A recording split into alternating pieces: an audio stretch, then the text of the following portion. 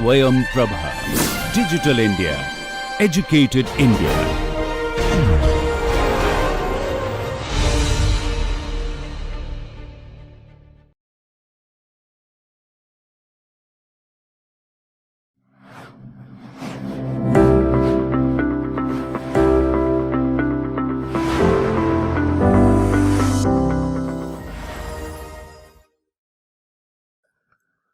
We've reached an important milestone in the course. In the previous set of lectures, we have derived the governing equations and the jump conditions at an interface. In particular, we saw that if you have surface tension and curvature at an interface, the normal stress balance tells us that there could be a pressure discontinuity across the interface. And similarly, in the case of tangential stress balance, we saw that if you have gradients in surface tension, then we will have an additional tangential stress at the interface, which will lead to a flow. The governing equations and the boundary conditions are now sufficient to tackle various interesting problems in interfacial flows. We will begin by looking at problems in capillary statics. And as the name suggests, these are problems in fluid statics, that is, problems where there is no motion of the fluid at all, but with capillarity as an important contributor. Now, I'm showing you three images.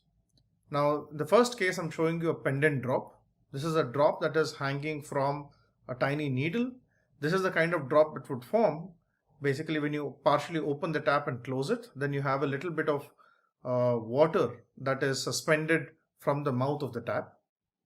And then the second image is a meniscus. This is basically the deformation of the fluid when it basically meets a solid. So if you dip a straw into a glass of water, you will see that right around the straw, drinking straw, you'll see that the meniscus interface bends. And in the third image, I'm showing you sessile droplets. These are droplets sitting on a solid plate, but with different volumes. Now, what is common in all these three problems? A, all of them are static problems. And two, these problems are governed by two things that are common is all of them are different shapes. But there are some common forces that are at work. For example, gravity is important in all these three problems, and so is surface tension. And notice that these problems also have curvature. Therefore, we will be using the problems from hydrostatics, which is how the pressure varies across a fluid when there is gravity. And at the interface, there is a discontinuity in the pressure, which relates the pressure jump across the interface to surface tension and curvature at the interface. Now, in problems in capillary statics, we'll be looking at a variety of interesting problems. We'll begin by looking at the shape of a meniscus. And then I'll show you two different ways of arriving at the same conclusion. For example, we could use a force balance approach. That is, we'll use the jump conditions at an interface and obtain the shape of a meniscus. But we'll also look at another interesting approach, which is minimizing the energy, the total energy of the system. So we will look at problems in energy minimization, and we will have to look at the problems in calculus of variations, and I'll be deriving the classical, very important Euler-Lagrange equation. And then we will be looking at how the Euler-Lagrange equations can be used to obtain the shape of a meniscus. And then we'll be looking at problems in wetting. You already see one example of a wetting, which is a sessile drop sitting on a plate. Now we want to determine a simple question in this problem could be, what is the shape of the droplet? What is the shape of the droplet which is subjected to gravity and surface tension? Now clearly you should, you can clearly see that the shape basically differs in all these in the various drops that are shown, not just because they've become the droplets have become bigger and bigger and therefore the volumes have changed. also because the relative balance of surface tension and gravity has also changed. We will, after looking at the problems in wetting, where we'll be looking at the so-called Young's law, we'll be looking at more complex problems in wetting, especially wetting on surfaces which are not perfectly smooth. So we'll begin the discussion by looking at the shape of a meniscus. And what I will first do is to obtain the shape of a meniscus using the force balance approach that we've already obtained. That is the normal stress balance that we have obtained. Now, let me first draw the problem that is of interest. So this is a static meniscus.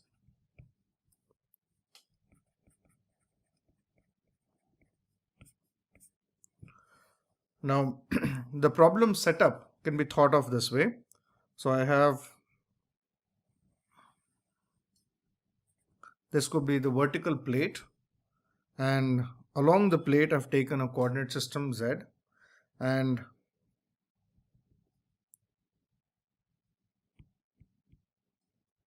I have a liquid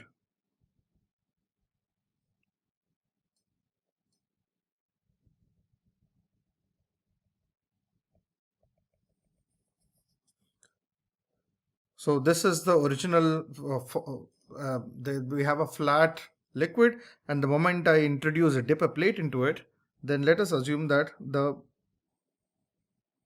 interface basically deforms. Now there is a certain angle that the interface makes. We'll call this as theta E or theta Y. Well, let's call it theta E. And this bending that you see here, this is my meniscus. Further, we have gravitational force. So we have a gravity that's acting. This is a vector. So this is minus G times Ez, where Ez is the unit vector in the vertical direction. We also have an atmosphere at a constant pressure.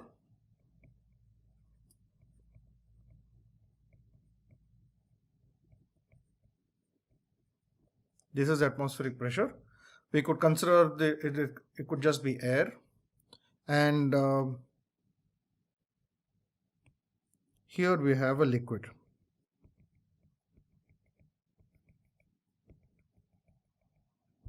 Right? So let's define the normal vector at any point to be n hat.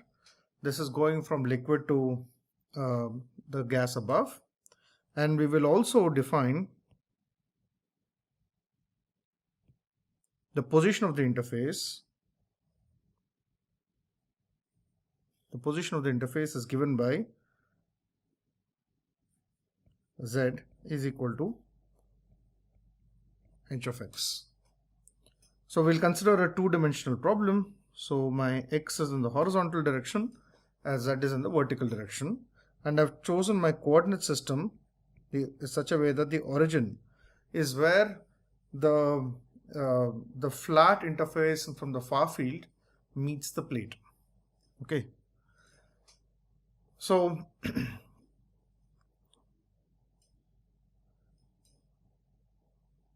let's start with writing down the momentum equation.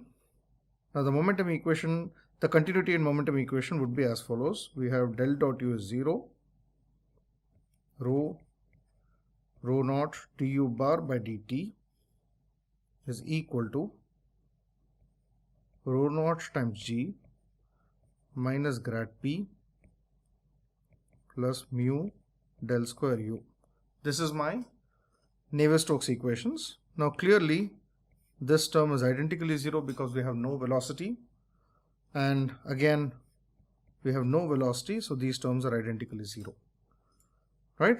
And therefore what we end up having is rho naught times g bar is nothing but grad p, and this reduces to two equations in two dimensions. Del p by del x will be 0, and del p by del y will just be minus rho times g, because remember my gravity vector g bar is minus g times Ez, because my z is pointing upwards and gravity vector is pointing downwards, and therefore I can just simply have pressure. So this should be z, pressure at any point here would be any z point would be P naught minus rho naught g z.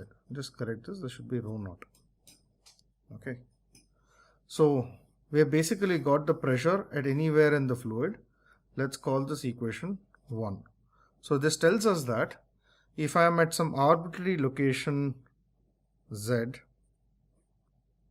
from the bottom, then the pressure at that point P will be P naught minus rho g z. And what is P naught? P naught is the pressure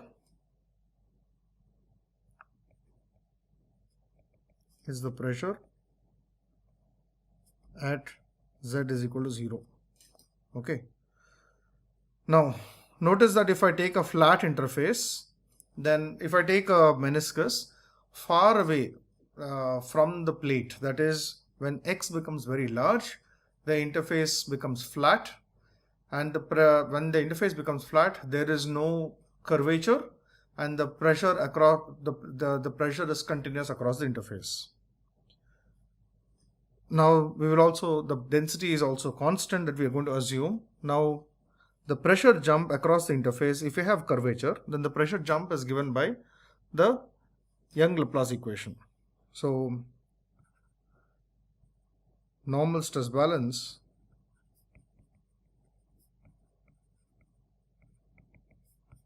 essentially says that the pressure, so it is not the Young-Laplace equation, the Laplace pressure jump is just minus gamma times del dot n. Now what is minus and plus? So if I take a part of the interface, any part of the interface, a little above and below, the minus would be below and plus is above this meniscus. So therefore I can now relate what's the pressure across the interface at any given location in terms of the local curvature and the value of surface tension. Okay, now gamma is surface tension, it is constant for us. Okay, and we also know that pressure above is nothing but P naught, and the pressure below at any location is will just be P naught minus rho g z as z approaches the interface from below. So we can say it is H minus. So this is nothing but P naught minus rho naught g h of x. So we can now substitute this into the pressure discontinuity that we have here. P plus would be P naught and P minus would be P naught minus rho naught g h of x. This will be minus gamma times del dot n. The P naught cancels out on both sides, meaning that pressure above does not matter, and this simply becomes rho naught g h of x becomes minus gamma times del dot n. Now what is del dot n? For example, if I take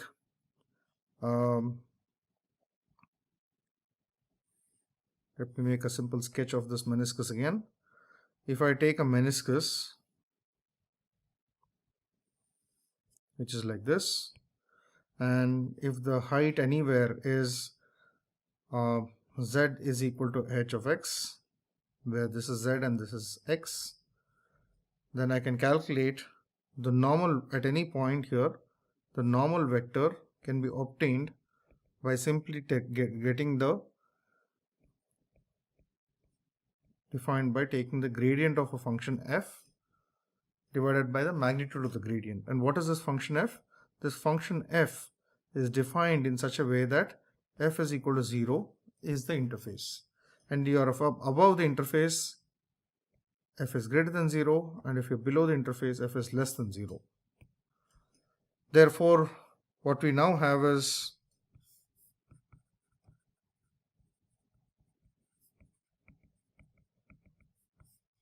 we now have f of x comma z is nothing but z minus h of x is 0, and therefore n hat, which is gradient of f by magnitude of gradient, this simply becomes, this is the normal vector where gradient of f is given by del f by del x ex plus del f by del z ez, where ex and ez are the unit vectors in the x and z directions, and this quantity essentially becomes minus dh by dx ex plus ez, and therefore I have magnitude of this gradient simply becomes 1 plus dh by dx whole square. Okay, so we will use a slightly shorthand notation to write this. Instead of writing it as dh by dx, we'll just simply write it as h subscript x ex plus ez, and therefore this becomes 1 plus hx square. The subscript x denotes that we are taking a derivative of x with respect to x. So the normal vector now essentially becomes minus hx ex plus ez divided by 1 plus hx square, right? And this is two parts here, minus hx by 1 plus hx square ex plus 1 by 1 plus hx square ez. So we can think of this as the x component of the normal vector and the z component of the normal vector. Therefore, curvature del dot n will be del by del x of nx plus del by del y del by del z of nz. We will be doing these calculations a few more times in the course. Here we are doing it for a static meniscus. We may repeat this calculation for the curvature of an interface even when it's not a steady problem or a static problem. But it's worth going through this exercise a few more times so that all of you get some practice for doing this. And if we do this calculation, then I will skip the detailed algebra here. We have to take the x derivative of nx and we have to take the z derivative of nz. Clearly, the second term is identically 0 because nz is not a function of z. And if we just do this calculation, we have hxx divided by 1 plus hx square whole power 3 by 2. This is del dot n, right? So we've got a few important results here. Equation 1 tells us the relationship between the pressure at any point because of gravity, variation of pressure in the meniscus because of gravity. And equation 2 that I'm just marking now, this tells me the relationship between the potential energy rho g hx and capillarity or surface energy minus gamma times del dot n.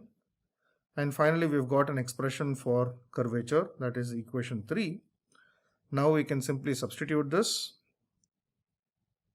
3 into, if we substitute, we simply get rho naught g h of x will be minus gamma times del dot n, and del dot n is nothing but minus hxx by 1 plus hx square whole power 3 by 2. This is nothing but gamma hxx by 1 plus hx square whole power 3 by 2, right? So we can also rewrite this as hxx by 1 plus hx square whole power 3 by 2 is nothing but rho naught g by gamma times h of x, right? Now, I had basically made one important simplification. Now, the pressure above I said is a constant atmospheric pressure. I did not take the density of the fluid above into account. Strictly speaking, I should make a note here. So, strictly speaking, the pressure at any point in the meniscus should actually be P naught minus rho of the fluid rho minus the rho above, let's call it a rho gas, times Gz. This is the correct expression that we have, but we can basically absorb this rho G into the this rho G term does not matter, because without any loss of generality I can ignore it. So because the density of the gas is so much smaller than the density of the liquid in most cases. For example, in the air water, the density of the air is 1,000 times smaller than the density of water. So we have basically assumed it to be negligibly small. Otherwise, we would actually get a density difference. Okay. So recall that we have already derived the capillary length. The capillary length would be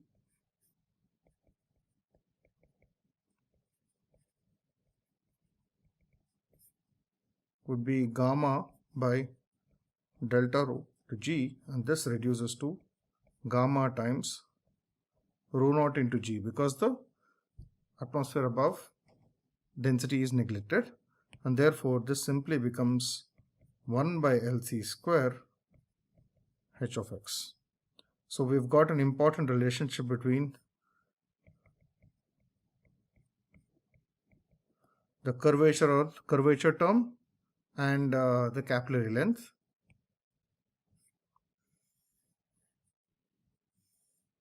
We'll call this equation number 4.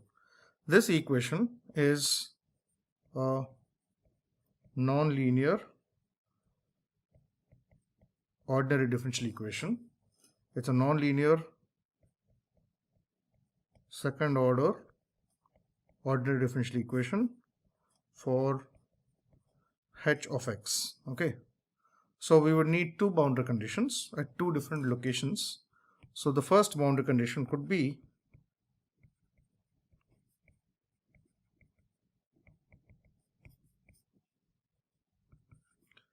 I could say at x equal to 0. Recall what is x equal to 0. X is basically varying in the horizontal, so x equal to 0 is really the vertical wall. And note that when x equal to 0, the meniscus is meeting the plate.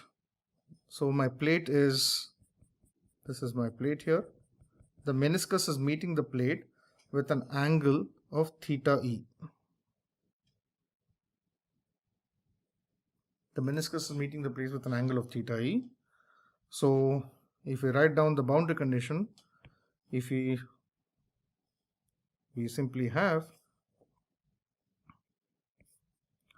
tan of theta e will be minus dx by dh, or I simply have dh by dx at x equal to 0 will be minus cot of theta e. So we can basically, the idea is the following: we have a small triangle here. So this height is minus delta x h, and the horizontal is plus delta x, and the angle is theta e, and therefore tan of theta e would be delta x by minus delta h, and that's how we got this result. So that's the first boundary condition that we have got, and the second boundary condition essentially becomes, as x goes to infinity, meaning in the far field, interface becomes flat, and this essentially means that the height of the meniscus goes to 0 as x goes to infinity. So now we have two boundary conditions. Let's summarize the main equations.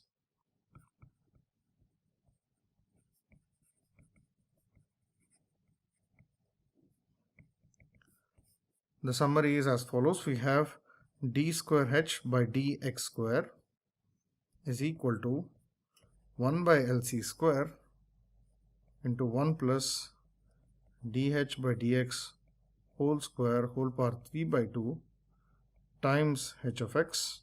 This is a nonlinear ODE with dh by dx is equal to minus cot theta e at x equal to 0, and h of x goes to 0 as x goes to infinity, right? So this is basically my full equations. We can also eliminate the capillary length from this analysis by redefining the meniscus. So for example, one way to do this is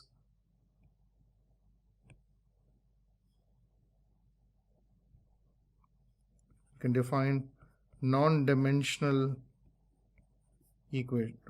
version of the same equations. What would be the non-dimensional version? We say let capital X be x by LC and capital H be h by LC. Then I would like all of you to try and do this on your own, but if we systematically do this correctly, then we get d square capital H by d capital X square will simply be 1 plus d capital H by d capital X whole square power 3 by 2 times h as a function of x, with the first boundary condition anyway is non-dimensional, minus cot theta e as capital X at capital X is 0 and h of x goes to 0 as capital X goes to infinity. Now why would we want to do this? This essentially says that meniscus shape can be obtained in a universal fashion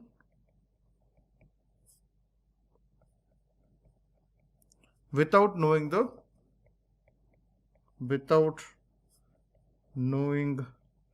the value of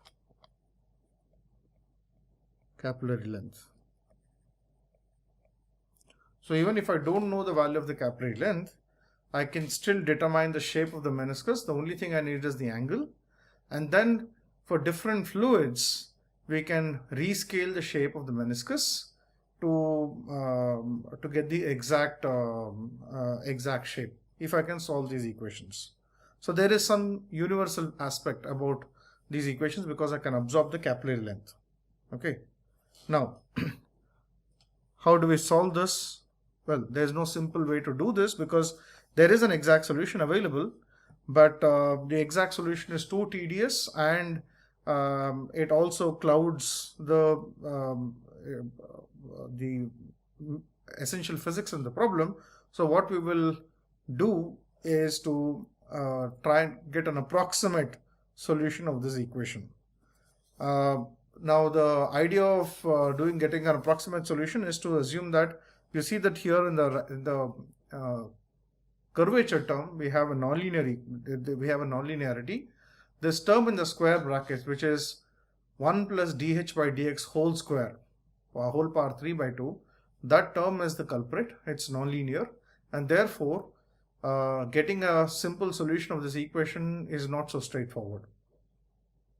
What we'll be doing in the next lecture is to come up with an approximate solution for this equation with the assumption that the slope is small, and then we will obtain the shape of the meniscus in that approximation. This will allow us to compare the solution that we've got with the energy approach that I'm going to do next. So see you in the next lecture.